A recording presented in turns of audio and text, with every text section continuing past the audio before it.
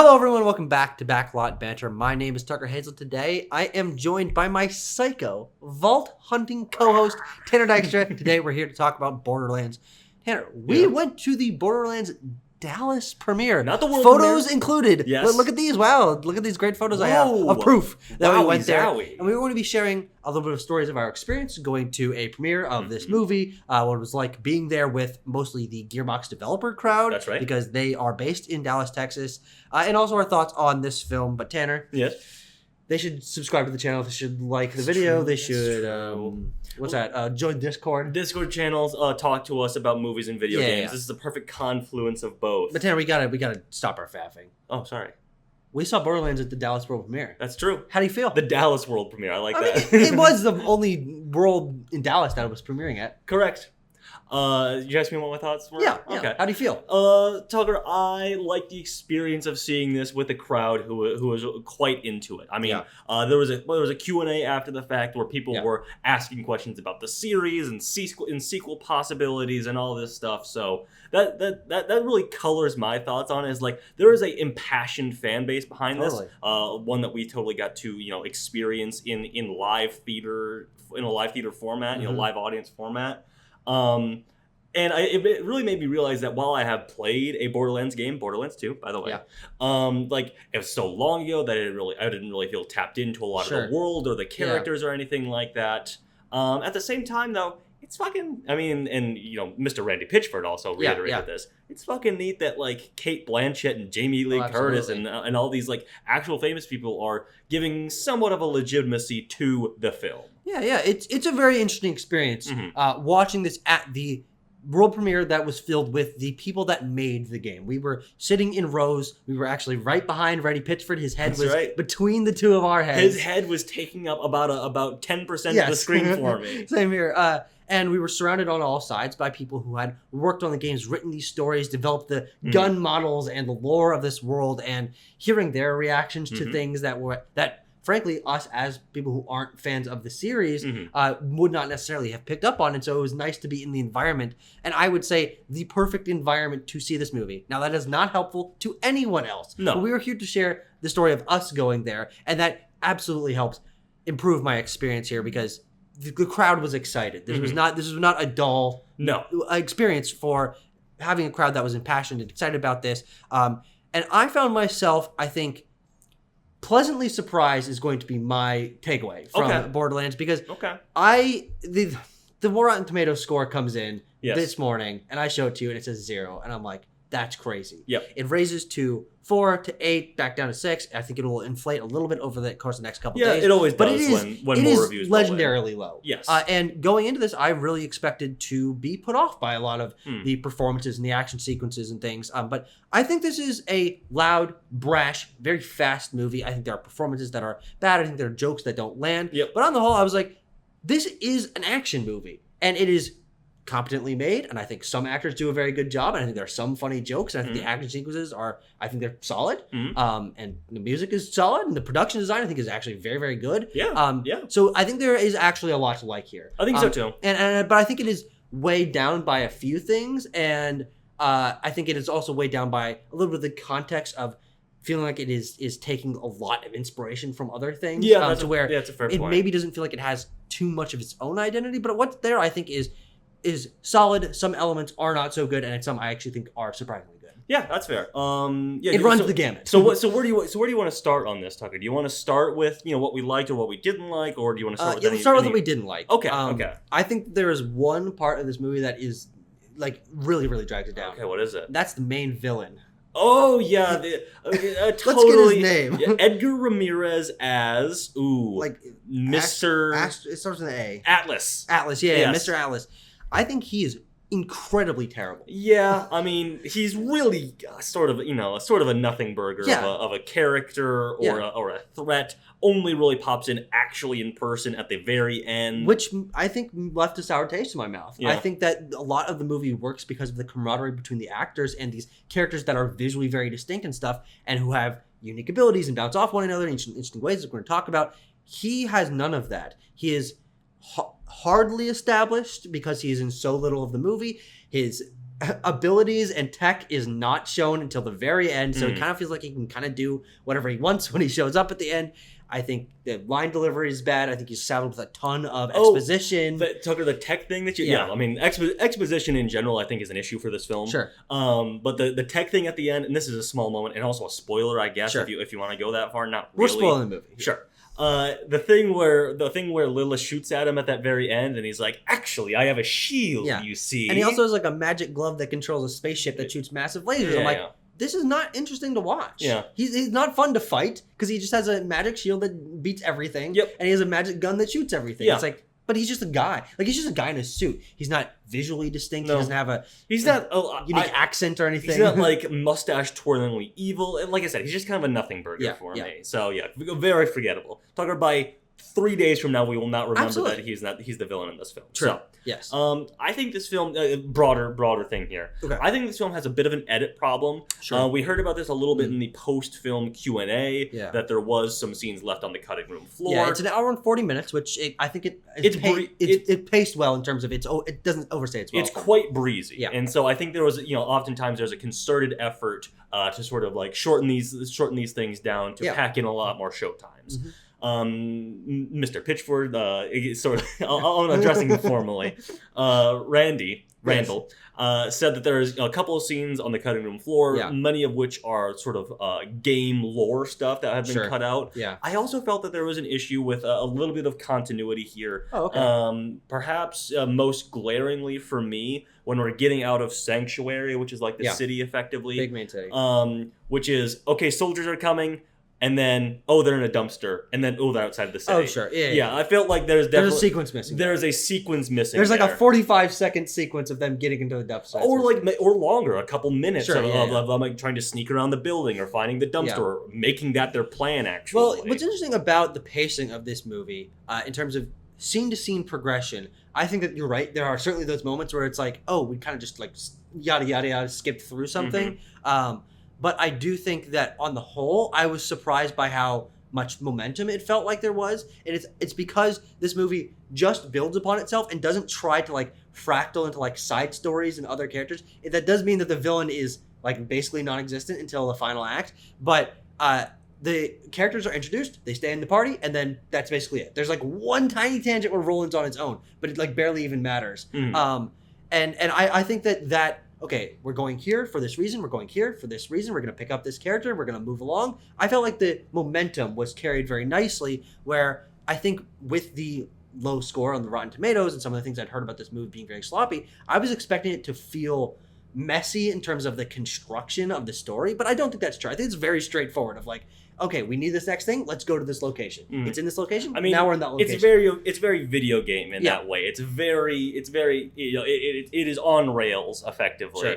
So Tucker, you mentioned the characters, and I think let's talk about it a little bit, because that's something I pointed out in sort of my opening thing, is that it has perplexed everyone that like serious actress Cate Blanchett is the main character in the Borderlands movie, and I don't know, like part of me feels like you see Cate Blanchett, you're expecting something with a lot more pathos or something like that, and they really try to give that.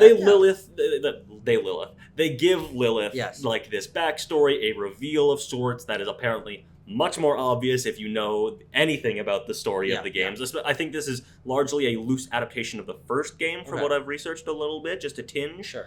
That hook, that reveal is a little bit more obvious probably for fans of the series. Yeah. But in general, like she's doing a good job with what she's given, I feel. I was really surprised at how well she led an action film. I think that she honestly, writing wise, the character's fine. She's not given like particularly iconic lines or anything, but Cate Blanchett has a stony presence to her. She does. And I think that she really blew me away and surprised me in how well she was doing this choreography and doing the cool slides, and she's got some great moves with her gun where she's flipping it and reloading, like bam, bam, bam, like shooting people. Like Cate Blanchett can lead an action movie. Yeah, I mean, like, honestly, I was really surprised by that. What I'm most excited about is like maybe she'll be in more. Maybe that would be very cool. Does she like doing this? Does she not? I mean, with the character writing and everything like that, there's been some discussion or speculation online about the original script versus the shooting script and all that, and I felt I can kind of feel where that may have come in. There's Yeah. reports that Cate Blanchett maybe signed on with a different script than they actually shot with. Oftentimes the case, you know, the shooting script is different. So yeah, I mean, maybe there was a more fleshed out characterization for Lilith. Yeah. There are hints of that here, obviously. But I think her characterization is actually pretty solid. I was pretty surprised by this is an ensemble cast. Cate Blanchett is certainly the lead. The story follows her. But I think that the way that the cast was balanced, I think, was very, very satisfying. The only character that I think I know I want to talk about in terms of another performance I didn't like so much, that got kind of short-shrifted by the story, and also just I didn't really like her, was Jamie Lee Curtis. I think that her performance and her jokes and her mannerisms are really off. I think it's a miscast. It's obviously intentional. She's like in terms of her being like a wacky scientist character. She's finicky. That's kind of her deal, and for that reason, I think it's miscast. But she feels out of place. You don't feel like Jamie Lee Curtis is a particularly like finicky actress. Like she doesn't have eccentricities or anything like that. Well, she does personally, I'm sure. But like as an actress, as we've come to know her in films, that's not really her MO at this point. Yeah. And when you're bringing big actors like that into a film like this, you'll want to play to their strengths and not necessarily their weaknesses. Yeah. Speaking of playing to people's strengths, I want to talk about Kevin Hart. Okay, sure. Kevin Hart. This is the biggest compliment I can give Kevin Hart performance. Yeah. Not as annoying as he usually is. I was actually surprised that he's just an action guy in this movie. It's odd to me. Yeah. That's why I said speaking of strengths. Yes. How many jokes does he have? Like maybe 3. He's like the straight man of this, which is a very odd he's role. the least funny character. Cate Blanchett obviously is more like serious. Yeah. But she also has like some quips. She has a couple quips. She's an action hero. She's too old for this shit, as she literally says. But Kevin Hart, I was like, first of all, I was quite surprised that this film like wasn't on his shoulders as much as I thought it would be, because he's probably the biggest star of this movie in terms of broad general audience appeal. Potentially. And what he's relegated to is kind of like the serious military shooty guy. Who is the comedic straight man, is sort of a guardian for Tina, as we come to find out.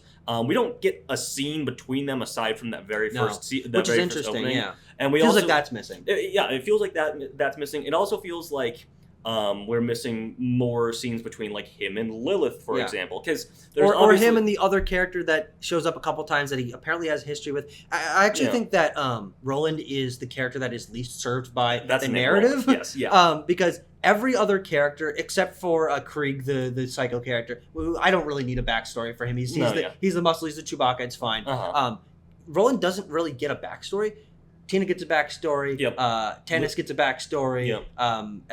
Lilith gets a backstory. Claptrap gets a backstory. And from that element, and also Krieg, I'm not like, I don't really care about his backstory. Yeah, of course. Roland feels out of place. It's like, well, how did he get the role to like go save Tina? And like, there's this history with him as a soldier, and they tell you about that in off color, like passing ways. But I do think that Kevin Hart is a positive for this movie for me, because I went in thinking that he was going to be the screamy Kevin Hart, jokey kind of character. I can't believe there's an alien in my... And he's not. And so he contributed to me being like pleasantly surprised when I'm like, wow, I usually find him obnoxious. Didn't happen in this movie. You mentioned Claptrap. I mean, we want to talk about the comedic character of the film. That's probably why Kevin Hart wasn't that. True. Because Claptrap is the fucking joke character. He's the screamy, runny aroundy character. He's the screamy, runny aroundy. He is the... But I gotta say, I mean, maybe one of the best video game adaptation castings ever. The way they match Jack Black doing a little bit of an accent with the auto-tune to make him sound like Claptrap is perfect. It sounds exactly like the game, and the animation on him is great. I think that Jack Black's performance is fantastic. It's really good. It's really good visually. There's one moment just randomly towards the end of the film where he was like zooming around. It's like, I mean, obviously, I guess I don't know. A lot of it is going to be VFX, but they also have a physical Claptrap that they. But that physical thing cannot go as fast as Claptrap's going in this movie. It's probably enhanced or sped up or whatever. But I mean, I will be honest about this Claptrap Sure. character. I think some of the intonation of the joke got a little grating for me. No, definitely true. Yeah, Definitely true. because it's all delivered with the same delivery as he's right behind me, isn't he? Yes. Well, I don't want everyone to die. Yes. I say winkingly. Well, I hope you all don't die horribly in an accident. Yeah, that is definitely true, and it does make him feel pretty one note in terms of what comedic beats he can deliver. But that had to happen. That's what Claptrap is in the game. That's what he needed to be in this movie. Like I think that is something that I can forgive because that's so accurate. And Jack Black's comedic timing and performance and the animation, I think, all delivers Claptrap to be. He's obviously the most iconic element of Borderlands, and I think that it feels the most one-for-one dropped from the game into the movie that maybe I've ever seen in a video game adaptation. I'm like, I've played Borderlands. That's Claptrap. Like, undeniably in every way. It is, and to the point where I found him annoying in the games, too. Yeah, and I found him a little bit annoying in this movie. I think you're also supposed to find him annoying in both. Yes. In the games, obviously, because they design him, which is accurate to the film as well, to be a character that you can shoot at, explode, blow up, sort of kick him off a cliff, whatever. Yeah. And he's like, oh, it seems that you accidentally tried to kill me or whatever, but thankfully I'm indestructible. Like, that's his whole bit, is that he's annoying, people want to kick his ass, and he can't be destroyed. Yeah. Well, we have Tina, Ariana Greenblatt as Tina.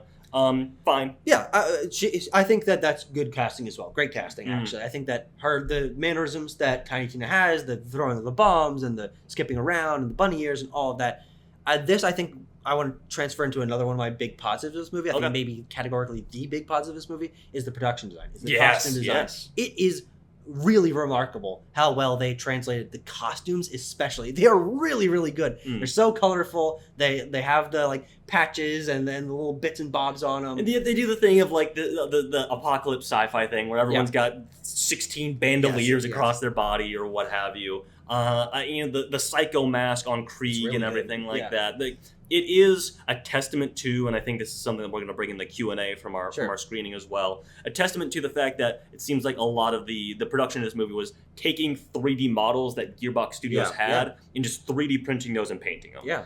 It seems like a lot of the props from this came from. There's some typical prop house stuff that they talked about as well. But yeah, I mean, that was something that I was taken with as well. I was like, I mean, at the very least, it like looks like Borderlands. Like, you're not going to be betrayed by that. In the practical elements, I think are really, really solid. Yeah. Where I think the movie does falter a little bit for the visual design is the CGI it's fine. It's not great, and there are certainly some moments where it's rubbery or the green screening is a little bit off. And those I think took me out of the movie a little bit because when they're in a physical set, when Cate Blanchett is in the like Tiny Tina's little box room or whatever, I'm like, that's a great set, and it's filled with all sorts of stuff in the background. There's all sorts of graffiti everywhere. There's like lots of metal that's like rusty in these like bars and things they go to. I'm like, the actual sets look great, but when we're like wide shot and the desert is like half like blurred out a little bit because it's a CGI desert, and I'm like, there's some of this stuff that I think is a little bit rubbery and a little bit like they put their effort mostly into the practical effects. Absolutely. I mean, I agree with you on the VFX point. I mean, the ending action sequence has some ropey moments for me, some rubbery moments of it for sure. Yeah, I think the last action sequence is the worst of the film. Yeah, it also has this thing that I was a little annoyed by, where it's like, and our characters get shields of their own, and they can't be hurt. It was like, you do that in like the third act action sequence, where our characters physically cannot be hurt or harmed. I mean, it doesn't last for very long, but it's just a bit of a weird decision. It just means that the last action sequence is weirdly paced. Yeah, I mean, we have to speed through a bunch of exposition, like multiple times throughout that last action sequence. We have to deal with the villain being there for the first time. We have to deal with this army being there, which has been very poorly set up in terms of what side are they on. The psychos and that army are like working together kind of, and I can't quite tell why. And then there's this other character, and then at this point in the movie, Roland is at another place, and Lilith is at a different place, and Claptrap is at a different place, and then they have to figure out what the vault door is and the arch and everything. It's like there's a lot happening in that last bit, and I think that everything feels muddied, and I think that is really what takes this movie down from being like recommendably good to solid in most places, I would say, but having some sequences that I think kind of fall flat. That last like 20-minute stretch of the movie, I think is really choppy. Yep. I think features all the worst parts of the movie. Yeah. I think some of the worst CGI is there. I think some of the worst choreography is there. I think some of the worst performance in the villain is there. Yeah, I mean that's where the position problems that's are there. Where the villain. I mean, and honestly, Tucker, that might be what we're looking at with the audience reception of this. You're leaving. I guess you could be saying you're leaving the audience on the weakest part of the film, unfortunately. Yeah, I would say so. Are there any sequences, like action sequences, that you liked? Let's see here. There's none that immediately jump to mind. Sure. I mean, obviously the big one, and but again, this might be an edit issue as well. I want to point out is that sort of like the bunker one before we do our teleport. I'll say, but without doing any further. With all the like stronger psychos. Yeah, they have a certain name. I can't remember. The crazier psychos. Yeah. That is like, I think that's kind of like the big pinnacle action sequence, and really it felt like to me, it was like, oh, is this the end of the movie? Sure. And there's still time gotta left get to the vault. There's got to get to the vault, of course, but that's where you get a lot of the Cate Blanchett posing with the guns and Kevin Hart posing with the guns and Tiny Tina and her explosive rabbits. That's where all of that content is. Yeah, and I think that's probably the strongest action sequence in the movie because I like an ensemble cast, Tanner. And I like an ensemble cast, and they have different kind of weapons, and they bounce off one another. And that scene absolutely highlights that. All the characters are involved at this point. Claptrap is being a distraction, and that leans into his strengths. And Roland and Lilith are doing like cool poses and flip their guns and like throwing things to each other. I think one of the like most raw shots in this movie is Cate Blanchett with this flamethrower. It's going. Oh yeah, I'm like, she looks so cool right now. Hey, listen, Cate Blanchett is cool. Yeah. I like seeing Cate Blanchett be cool. Yeah, okay. I like. It's cool to see her posing in these shots and everything. She has the little look and everything like that. It's just she can pull off a lot of shit, and this is included. Definitely. Yeah. I mean, broadly speaking, if we're wrapping up the ensemble, I mean, there's been points made about this feeling, so it's certainly inspired by like Guardians of the Galaxy is a huge one. Sci-fi ensemble, a cast sort of thing, like a found family, bunch of rogues put together effectively. And this is, I'm not going to say this is as good as Guardians of the Galaxy. Guardians of the Galaxy is like the perfect sort of version of that kind of movie, where each character has a distinct relationship with each other. They talk, they communicate as a team. There are clear like interweaving webs of conflicts and characterization between all of them. That is an issue that I felt with Borderlands was quite lacking to me. I didn't feel like all of our characters connected to one another. I didn't feel like there was they yada through some of it. It's like there are moments where it's like, okay, so Lilith gets into the car with Roland, who's never met her or Claptrap, and frankly, Lilith barely knows Claptrap. And Kevin Hart's just like, get in. Yeah, and then we kind of skip over the scenes where they really introduce themselves, or like there's some moments of tension, but frankly, not that many. And I think that is a big part of why we maybe feel like this ensemble group of ragtag characters isn't as strong or cohesive as something like the group in the Star Wars original trilogy or the Guardians of the Galaxy is. It's imbalanced in terms of who gets screen time, who gets real plot relevance. Who like honestly, Tannis kind of feels like a Deus Ex Machina kind of character. It's like, she just like kind of knows shit, which is, I mean, that's fine. She's a scientist character. She's the Volt researcher or whatever. But I don't know. I feel like a lot of my problems with like the writing of this movie. I think about them. I'm like, okay, well, some of this was set up, but not fully. I think there just are elements where it's like, this is an hour 40-minute movie. There's a lot going on. There's a lot of bombast. We're constantly moving to different sequences, and that can leave some story elements feel like they're being left in the dust. Yeah. Some relationships feel like they're sped through a little bit. But it hits all the beats, and I think that's why I find the like vitriol towards this movie kind of confusing. I'm like, look, there's fun action sequences, and this is a group of characters that are going on an adventure. Like it's a archetypical adventure movie, comedy, action, adventure, spectacle movie, and I don't think that it really blew me away in almost any way. So like, these aren't the most memorable action sequences I've ever seen. I think the comedy is actually an element that like I really didn't get that much out of. A lot of it can be boiled down to, if you were a fan of the games, like many people at this event were, you're going to like this quite a bit. I would say you're at least going to find more things to enjoy than we would per se. Yeah. Or maybe you'll be like, they betrayed Borderlands. I've seen both online. Exactly. So we don't know. We don't know.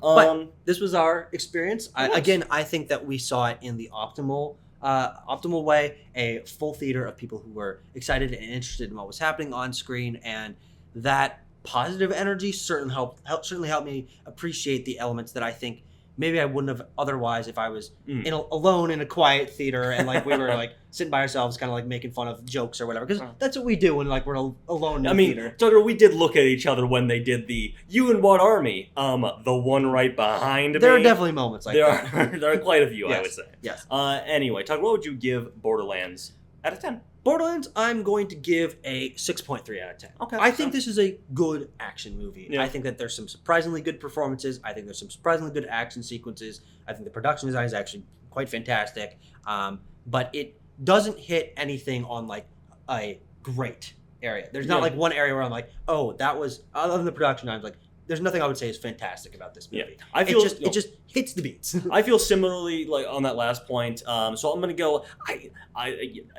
For me, it's a below average movie. Sure, I think there are issues with it that weigh heavily. I think there's some things like the editing and the script and whatnot. Those are important things, and you can feel the inspirations or even things left on the floor a little bit. So I'm gonna go like a 4.8, just below average. Well, I hope you guys enjoyed this breakdown and a little bit of the insider knowledge of what it's like to be at the Dallas premiere of this film. Yeah. Thank you very much, everyone, for watching. We'll see you guys next time. Bye-bye. Bye-bye. Go. Oakley dokley, Arnold Chokley. Tanner, say your favorite line from Borderlands. What's his, what? No, what's the thing? Step aside, bitches. Yeah. What's the thing? I'm a siren. That's what it is. I kept wanting to say Valkyrie. No, yeah, I can understand. Yeah. Similar concept. Similar concept. Oh, Tina. Claptrap. Worst orgy ever. Yeah, that was pretty good. That was interesting. That was like one of Kevin Hart's like only jokes in the movie. Yeah, he's not very joke laden in this. No. He's usually very joke laden. Mm-hmm. That's why he's so short. The jokes way on his shoulders. That's true. If he were compress his spine like if he were serious, like an astronaut. If he were, because he tells so many jokes. Yeah. And if he were more Tucker, he'd be like 7.5 feet tall. If he wasn't funny. If he wasn't funny. Wait. Then why isn't he 7 feet tall? Boom!